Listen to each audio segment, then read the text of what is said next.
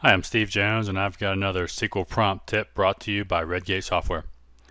A lot of times where I might be working along in Management Studio and I'm writing code, for example, something like this insert statement. And I'll get an email or a note and I want to run some other code, and I'll paste that into Management Studio. I get a query from somewhere. Now, I can easily select this and run it without disturbing my other work by just using my cursor and selecting it like that. However, what if this code were actually formatted differently? For example, what if this were longer? Let's take this code out of there. I'm working along, I paste this in there. Selecting this can be somewhat cumbersome. However, once I've pasted this in there, you'll notice my cursor is down here at the end of the query. In SQL Prompt 6.4, if I press Shift F5, it'll actually execute just that statement. It's called Execute Current Statement is the feature. This allows me to just run this one query. Now you'll notice it's now selected in green, but this is actually just a background color change.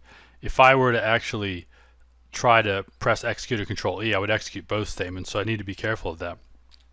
But if I'm working along and something comes in and I want to say, I've got a quick query here that I want to execute, as long as my cursor is somewhere in the query, I can Shift F5 and it will just execute that query. Hopefully you find this very useful. It's become one of my favorite new features in SQL Prompt 6.4. If you haven't upgraded yet, I'd get the latest version and give it a try. Thanks. I'm Steve Jones for Redgate Software.